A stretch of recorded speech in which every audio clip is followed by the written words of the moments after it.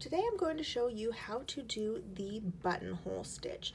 This stitch has a nice edging and kind of some prongs that come off of it. So it's really good for outlining shapes that you're then going to fill in or edging buttonholes, hence the name.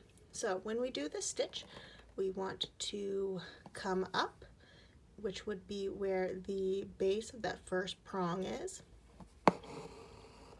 We'll hold our thread in the direction we want that outline stitch to be.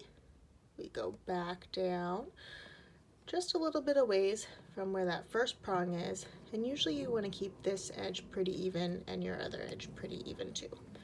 So we come back down, creating a nice open loop on the front of our piece, and then we bring our needle up inside that loop right where we want the top of our edging to go, and we'll gently tug so that that loop becomes flush with the fabric. Now we need to keep continuing our line, so we'll hold our thread towards the top again.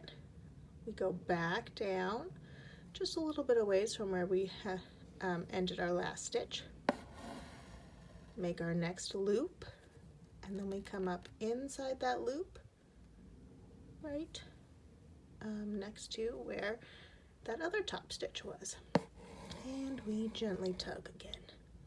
So you can start to see the top line forming.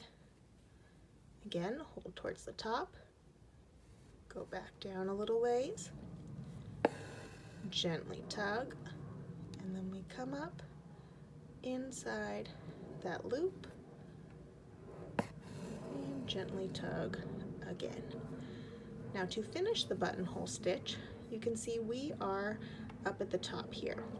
We need to do a short little stitch that goes around this outer line here.